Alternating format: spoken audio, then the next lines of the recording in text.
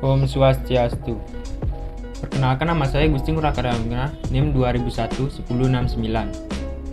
Saya atas nama Inyuman Samariase dengan NIM 211.080.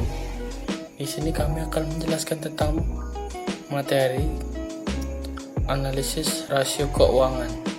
Pengertian analisis rasio keuangan. Rasio keuangan merupakan alat analisis untuk menjelaskan hubungan tertentu antara elemen yang satu dengan elemen yang lainnya.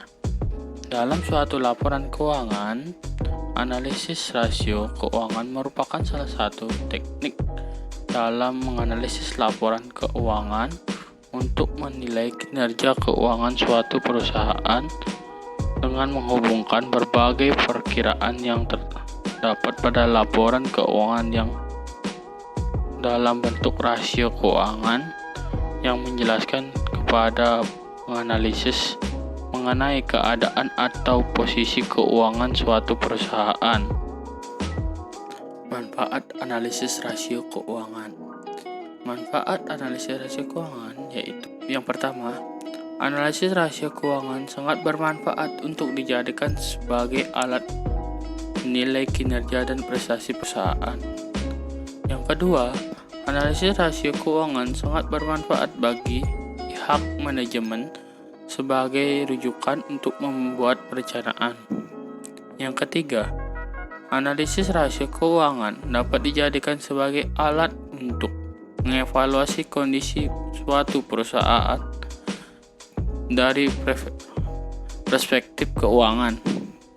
Yang keempat, analisis rasio keuangan juga bermanfaat bagi para kreditor, dapat digunakan untuk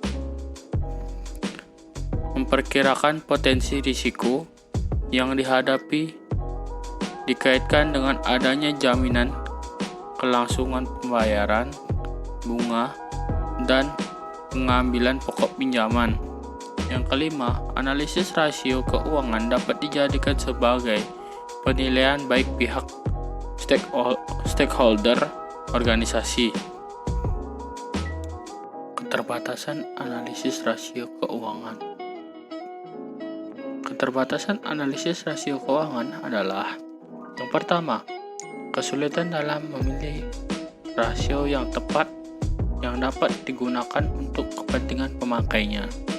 Yang kedua, keterbatasan yang dimiliki akuntansi atau laporan keuangan juga menjadi keterbatasan teknik ini seperti A.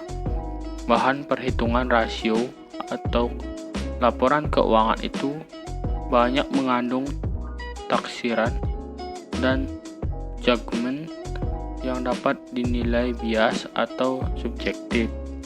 Yang B, nilai yang terkandung dalam laporan keuangan dan rasio adalah nilai perolehan atau cost, bukan harga pasar. Yang C, klasifikasi dalam laporan keuangan bisa berdampak pada angka rasio. Yang D, metode pencatatan yang tergambar dalam standar akuntansi bisa diterapkan berbeda oleh perusahaan yang berbeda. 3. Jika data untuk menghitung rasio tidak bersedia, akan menimbulkan kesulitan menghitung rasio. Yang keempat, sulit jika data yang tersedia tidak sinkron. Yang kelima, dua perusahaan dibandingkan bisa saja teknik dan standar akuntansi yang dipakai tidak sama. Oleh karenanya, jika dilakukan perbandingan bisa menimbulkan kesalahan. Faktor-faktor yang mempengaruhi analisis rasio keuangan. Yang pertama, perbedaan letak geografis yang membawa perbedaan dalam tingkat harga dan biaya usaha. Yang kedua, perbedaan dalam pemilik aktiva tetap dan ada yang memiliki sendiri ada yang menyewa. Yang ketiga, perbedaan dalam tingkat harga dicerminkan dalam proses pos-pos aktifat tidak lancar. Yang keempat, perbedaan dalam umur harta kekayaan yang dimiliki, ada yang baru, ada yang lama. Yang kelima, perbedaan dalam banyaknya jenis barang yang diproduksi. Yang keenam, perbedaan dalam tingkat kapasitas pabrik.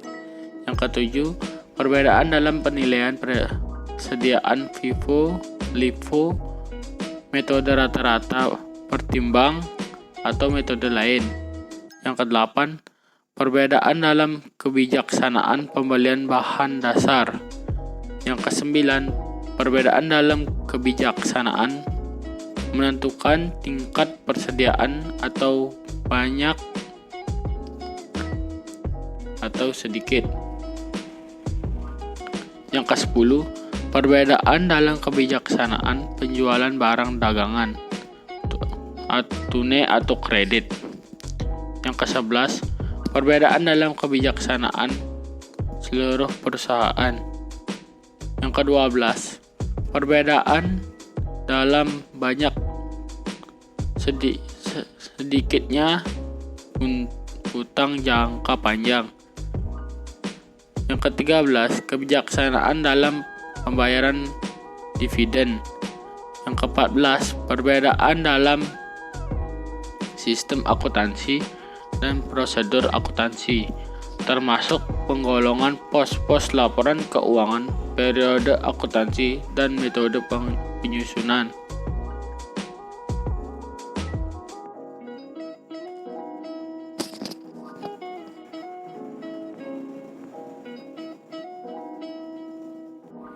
Di sini saya akan menjelaskan jenis-jenis analisis rasio keuangan. Yang pertama, rasio likuiditas. Rasio likuiditas merupakan rasio perbandingan yang dapat menampilkan kemampuan perusahaan saat memenuhi kewajiban atau membayar hutang jangka pendeknya. Rasio likuiditas sendiri memiliki beberapa jenis seperti current ratio, quick ratio, and cash ratio. Yang kedua, rasio solvabilitas. Rasio solvabilitas atau yang juga dikenal dengan sebutan Lafrance ratio ialah suatu rasio yang digunakan dalam rangka menilai kemampuan sebuah perusahaan atas pelunasan utang dan seluruh kewajiban dengan menggunakan jaminan modal maupun aktiva, atau bisa disebut harta kekayaan dalam bentuk apapun yang dimiliki dalam jangka panjang serta jangka pendek. Yang ketiga ada rasio rentabilitas. Rasio rentabilitas merupakan rasio untuk mengukur kemampuan perusahaan dalam mendapatkan laba yang mereka inginkan. Rasio rentabilitas juga memiliki beberapa jenis yang berbeda. Dan yang terakhir, rasio aktivitas. Rasio aktivitas merupakan rasio yang mengukur efektivitas sebuah perusahaan untuk memanfaatkan segala sumber daya yang mereka miliki. Teknik analisis rasio keuangan. Yang pertama, analisis horizontal atau trend analysis, yaitu membandingkan rasio-rasio keuangan perusahaan dari tahun-tahun yang lalu dengan tujuan agar dapat dilihat tren dari rasio-rasio perusahaan selama kurun waktu tertentu. Yang kedua, analisis vertikal, yaitu membandingkan data rasio keuangan perusahaan dengan rasio semacam dari perusahaan lain yang sejenis atau industri untuk waktu yang sama. Fungsi analisis rasio keuangan: yang pertama, sebagai acuan investor untuk memilih perusahaan. Yang kedua, untuk bahan pertimbangan kreditur. Yang ketiga, sebagai bahan penilaian efektivitas strategi perusahaan dalam membangun keunggulan kompetitif. Yang keempat, sebagai bahan referensi audit internal perusahaan baik dari sektor keuangan operasional ataupun sektor lainnya. Dan yang terakhir, sebagai analisis kekuatan internal dan kemampuan daya saing perusahaan dengan kompetitor. Keunggulan rasio keuangan. Yang pertama, rasio merupakan angka-angka atau ikhtisar statistik yang lebih mudah dibaca dan ditafsirkan. Yang kedua, merupakan pengganti yang lebih sederhana dari informasi yang disajikan laporan keuangan yang sangat rinci dan rumit. Yang ketiga, mengetahui posisi perusahaan di tengah industri lain. Yang keempat, sangat bermanfaat untuk bahan dalam mengisi model-model pengambilan keputusan dan model prediksi keuangan. Yang kelima, lebih mudah memilih tren perusahaan serta melakukan prediksi di mana yang akan datang dan melihat perkembangan perusahaan secara periodik atau time series. Yang terakhir, lebih mudah membandingkan perusahaan dengan perusahaan lain. Demikian presentasi dari kami. Apabila ada kesalahan mohon dimaafkan. Sekian dari kami, terima kasih.